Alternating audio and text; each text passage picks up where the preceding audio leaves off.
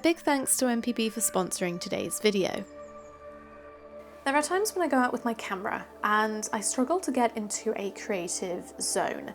And this could be because my brain is thinking far too much about life, or I'm too focused on achieving a specific result or finding a particular subject matter. Either way, when I get to location, sometimes switching from daily life to creative photographer isn't that easy. So I wondered if I could trick myself into this state through a very, very simple but mindful exercise. So, do you know what? I'll let On Location Courtney take it from here. Right, well, I am on location and I have yet to walk around and explore or get my camera out of my bag, because the first thing I'm going to do is use a pocket journal and just simply write down all of the possible things that I could find in the forest today. These could be realistic things such as ferns, curling ferns, autumnal colours, to more impossible things just to get my imagination flowing, such as a frog riding a mushroom cap on a stream wearing a leaf hat. Doesn't sound impossible. That sounds doable, actually, yeah. That is a print I would put on my wall. Now that I'm finished, I'm going to take a walk around and see what I do find. I'm already curious and excited to see what I may find, whether it's on my list or not, and that was the point of this exercise, to build curiosity and excitement. There is always a photo out there, and so there will certainly be something of interest. So I found a few interesting subjects that I think I would have expected myself to find, to be honest, in this kind of area. So I think we're just going to get started with those, and hopefully as I continue to explore and take photographs, I'll start to notice different things, unexpected things, and unique subjects.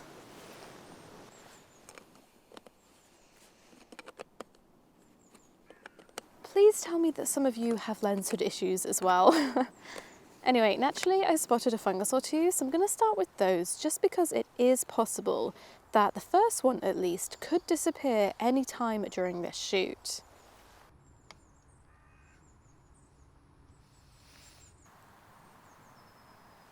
So I've been sitting with this particular fungus for about 5 to 10 minutes now, and because we have on and off sunlight and we have quite a breeze today, the scene keeps changing, the light keeps changing, the leaves keep moving around, and so I think I've already taken 3 images, 3 scenes, and they all look very, very different.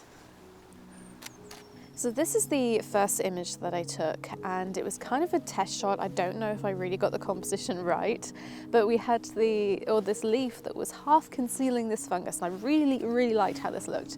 And I took this image, and then the winds just blew that leaf off and away, and instead I was left with a completely different scene that was very minimal. The scene has changed again, the leaves in the background have shifted, and because we get this constant movement, I'm just taking single image shots here instead of trying to focus bracket this scene. And I like how it's turning out. I think I could sit here for a while and just keep seeing how this scene changes, but I think we're going to take this shot and maybe move on.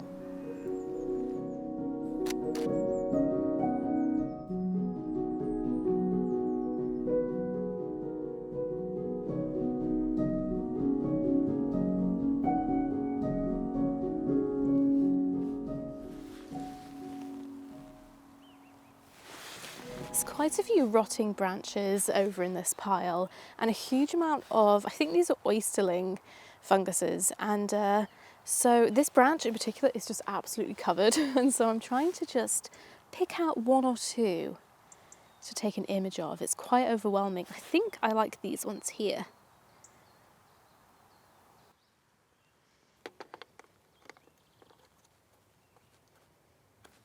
So I've just popped this branch for now on this tree stump just to make it easier for me to access, and then I'll pop it back later. And I'm going to go for possibly a 16:9 shot of this group here. And I'm going to go 16:9 because I'm trying to eliminate all of the other funguses around it and keep it really a simple, minimal image. So I probably just want to sort of crop that bottom bit off there.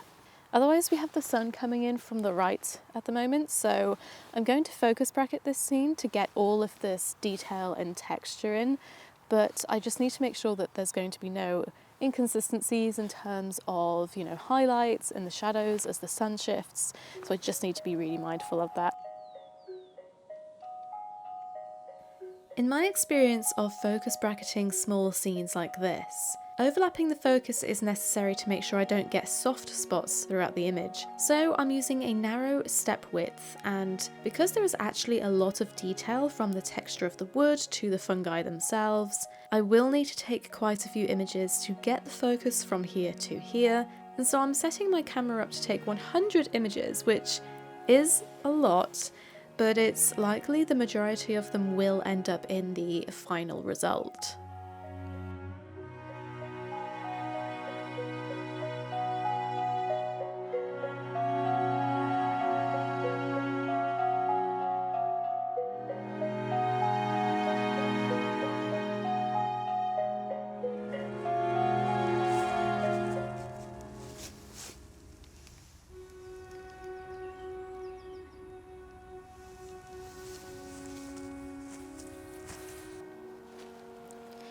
I wanted to incorporate some of the autumnal coloured leaves that are just everywhere, but when you look down at the ground, it's very overwhelming. But in my exploration of this absolute chaos, I did come across this rather intriguing scene.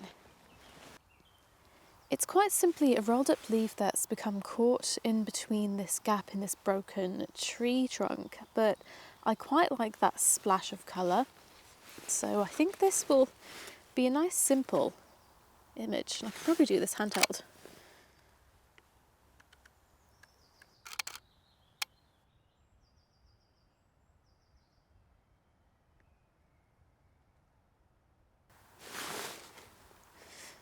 Nice. What I love about all of these little moments that I'm finding is that they're so fleeting and unique, because by the end of today, by tomorrow, they either will not exist or they will look completely different. The forest is not short of subjects. There are oddities absolutely everywhere. It's just finding scenes and subjects that resonate with you, that make you feel excited. That's what I'm always looking for, those little scenes, those little stories that just make me incredibly excited to take photos of them. So I'm going to keep searching. While I do, I'd just like to thank MPB for sponsoring today's video.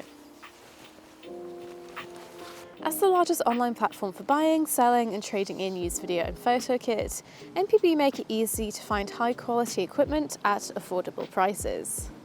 I recently bought a DJI Action 4 from MPB and it came out much cheaper than buying new, so I was able to save some money that I could then put towards an accessory for it. I'm looking forward to doing some POV style filming with this in the future, but buying used is not only a smart way to save money, but also to stay environmentally friendly by reducing waste and giving kit a second life. All kit with MPB is thoroughly tested and ready to go out of the box, whether you're buying a new lens or changing camera bodies. Many of you may be gifting or receiving photo and video kit this season, so I highly recommend trying MPB as a sustainable way to save money or earn money from the kit that you're selling or trading in. I'll pop the link to MPB down in the description box for you to go check out. Maybe buy yourself a little holiday gift. If you do, let me know what you buy in the comment section, just so we can live through each other. Otherwise, thank you once again, MPB, for sponsoring today's video.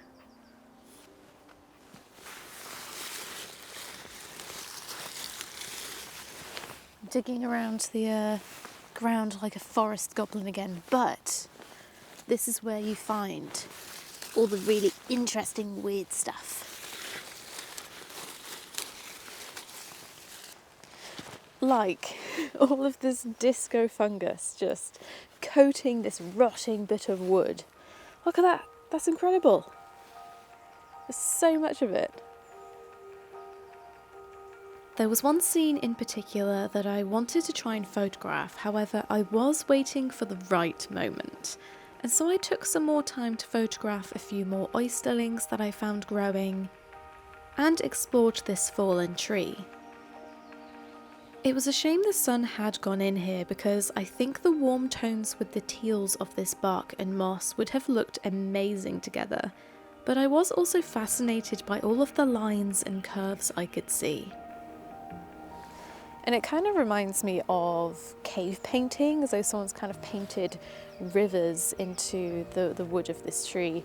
And I think this will make a really nice square image, like a moody square image, because everything's pretty dark and then you've just got these sort of speckles of green.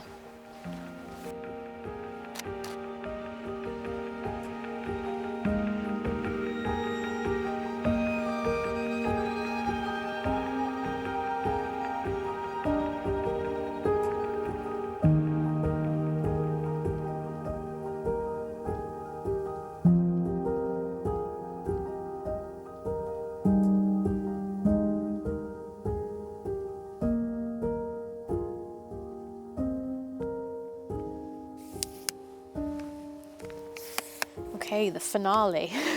Hopefully this has been worth the wait today. So, I've been waiting for this stretch of branch or tree trunk, whatever this is, to dry. It was very, very damp. It's still a bit wet, but we've got some moss on it that when it was wet was quite flat. Now it's drying.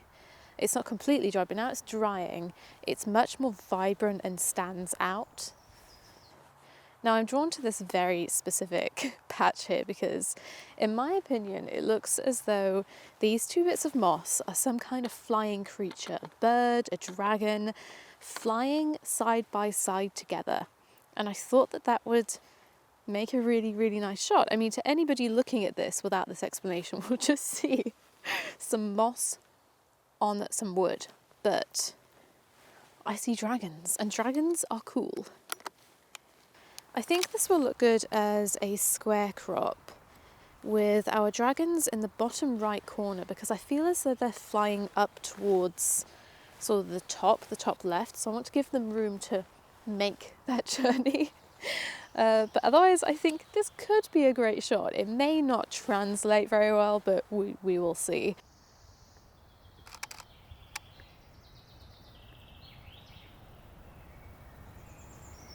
I don't mind this image. It's not my favourite from the location shoot, but I will certainly be looking for mossy creatures in the future. So I did print a couple of the 16x9s out to see what they looked like, and yeah, they came out really well. This paper sort of gives them a soft, painterly feel, kind of softens the shadows, which is really, really nice. Now, the real question is, do I think this helped me?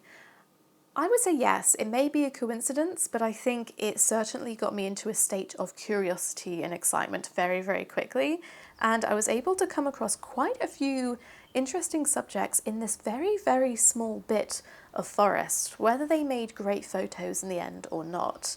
So yes, I would do again and I would recommend.